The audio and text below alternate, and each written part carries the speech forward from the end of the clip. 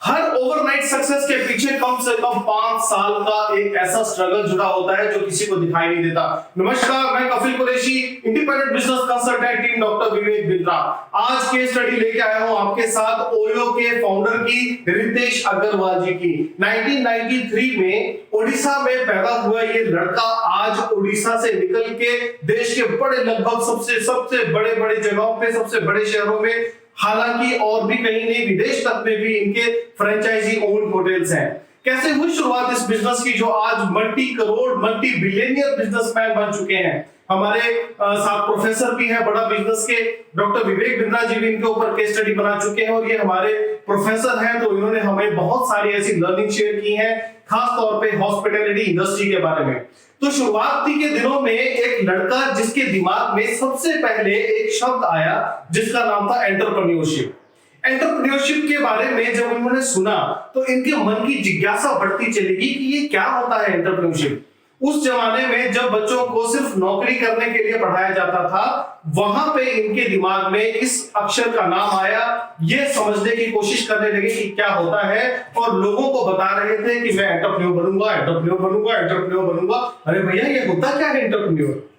आज हम कहां पहुंच चुके हैं? 2022 में भी आज हम लोग अपने बच्चों को, स्टूडेंट्स को या अपने साथ में आस पड़ोस में रहने वाले लोगों को जब हम इस बारे में बात करते हैं कि आप पढ़ाई करने के बाद क्या करोगे, तो वो कहते हैं कि नौकरी मिल जाए, बस काम चल जाए हमारा। तो सिर्फ नौकरी मिलने से काम नहीं चलेगा। एंटरप्रेन्योरशिप के अंदर अगर आप आते हैं तो आप नौकरी तो करने वाले बनेंगे नहीं, साथ में लोगों को नौकरी भी देने वाले बन जाएंगे।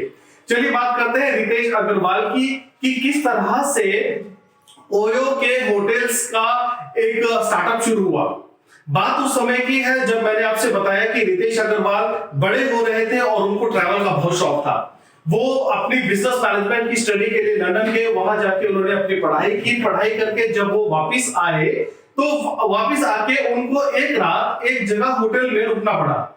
एक कॉमन इंसान, एक कॉमन मैन के लिए एक बजट, लिमिटेड बजट के अंदर होटल में रहना और उसकी फैसिलिटी को एंजॉय करना बड़ा मुश्किल था। उन्होंने इस प्रॉब्लम को देखा, समझा और उस प्रॉब्लम को, मार्केट की उस प्रॉब्लम को बदल के सॉल्यूशन देने के लिए काम करना शुरू किया। उन्होंने देखा कि अगर हम एक ऐसा जगह, हम होटल को हम इतना अगर स्टैंडर्डाइज कर दें, उसमें हम कि हर एक कॉमन आदमी एक अच्छे स्टैंडर्ड से रह सके, एक अच्छे प्राइस में वो रह सके, तो कितना बढ़िया हो जाएगा। तो इसके लिए उन्होंने शुरुआत उनके दिमाग में आई और उन्होंने अपना एक काम शुरू किया ओयो के लिए। सबसे पहले उन्होंने गुरुग्राम में, जिसका नाम पहले गुड़गावा हुआ करता था, वहां जाके एक होटल के मालिक से मिले। उस होटल से मालिक से उन्होंने कहा कि आप मुझे अपना एक रूम दे दो, मैं उस रूम को रेंट पे चढ़ाया करूंगा, आपके यहाँ पर और ज्यादा कस्टमर्स आएंगे, उसकी फैसिलिटीज बढ़ा देता हूं। तो वो रूम के जो ऑनर थे, जो होटल के ऑनर थे, उन्होंने कहा कि चल बच्चा है तो भी हम लोग इतना पुराने धंधे में हैं, ये काम ऐसे ही नहीं चलते। कहता सर, आपको मैं एक इसमें इस तरह का एक डील करते हैं कि अगर मुनाफा हुआ तो 50-50, अगर लॉस हुआ तो मेरा अकेले का। बहुत बढ़िया है भाई, बहुत बढ़िया है। तो इस तरह से ये काम शुरू हुआ। वो लड़का दिल्ली के सदर बाजार में जाके वहां से उसने सारी एसेसरीज, होटल्स में मेन क्या होता है, एसेसरीज का पार्ट होता है। आप भी अगर कभी किसी सी ग्रेड होटल्स में या रेलवे स्टेशन के बगल वाले होटल में या बस स्टैंड के बगल वाले होटल में कभी आपने स्टे किया हो, तो वहां सबसे बड़ी कॉमन प्रॉब्लम क्या आती है? बेडशीट गंदी होती है, सोफा कवर गंदा होता है, वॉशरूम्स गंदे होते हैं, एसेसरीज नहीं मिलती, पानी नहीं मिलता ठीक से, टॉयलेट्स गंदे होते हैं, पेंट निकला हुआ होता है। ऐसे बहुत सारी छोटी छोटी चीजें हैं। अगर उनको उन्होंने रेक्टिफाई करके ठीक करने का काम शुरू कर दिया तो वहां पे अपने आप ऑटोमेटिकली रिपीट कस्टमर का धंधा बढ़ जाता है। रितेश अग्रवाल ने क्या किया, सदर बाजार से थोड़ा सा पैसा खर्च करके वहां से पूरी की पूरी एसेसरीज परचेज करके ले आए। वो एसेसरीज उन्होंने उस होटल के एक रूम में पहले स्टार्टअप किया। उस एक रूम में उन्होंने उन सारी एसेसरीज को सेटअप किया, उनका वॉशरूम ठीक किया, रिपेयर करवाई, जहां पेंट खराब था वहां पे पेंट किया, जहां पे उनको लगता था कि यहाँ पर कारपेंटर का वर्क होना है वो कारपेंटर वर्क करवाया, उनका टीवी सेटअप, उनका छोटा सा एक एसी सेटअप किया, वॉशरूम क्लीन करवाए, बेडशीट चेंज कर दी, उनके सोफा कवर चेंज कर दिए। तो ऐसी छोटी छोटी चीजें सेट करके उन्होंने एक रूम को फर्स्ट क्लास तैयार कर दिया। अब उसके बाद था उस रूम को बेचना। तो बेचने के लिए उन्होंने क्या किया, अपने साथ में एक अपना दोस्त को साथ में लिया और उनके साथ वो उसको ऑनलाइन सेल करने के पीछे लग गए। और धीरे धीरे वो जब रूम एक बार जब चढ़ गया तो उस एक बार चढ़े हुए रूम में किस तरह से बिजनेस बढ़ा, ये एक देखने वाली बात है। बिजनेस शुरू हो चुका था, उन्होंने अब ये समझने की कोशिश की कि ये बिजनेस तो एक होटल का तो कामयाब नहीं है, बड़ा करना हो तो क्या करा जाएगा। बड़ा करने के लिए हमें टेक्नोलॉजी के साथ जुड़ना पड़ता है। तो उन्होंने क्या सिस्टम किया, हाई रेवेन्यू, एफिशिएंट ऑपरेशन और उसके साथ में सीआरएम का टूल, तीनों चीजों को जब उन्होंने कंबाइन किया तो उसके बाद उनके पास निकल के आया एक ऐसा बिजनेस मॉडल जिसमें आप कभी भी कहीं भी बैठे हुए होटल बुक कर सकते हो। एक कॉमन मैन, एक आम आदमी के लिए अच्छी फैसिलिटीज के साथ में आपको होटल मिल जाता है।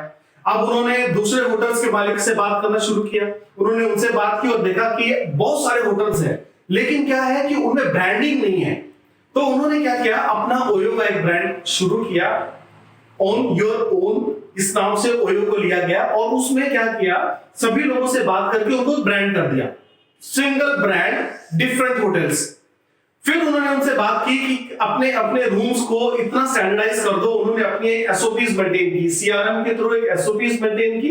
उस एसओपीज में उन्होंने डाल दिया कि अगर एक रूम आज चेक इन होगा तो चेक इन होने के बाद उसको क्या क्या फैसिलिटीज मिलेगी, हर एक चीज को उन्होंने 1 2 3 4 5 6 7 की चेकलिस्ट तैयार कर दी।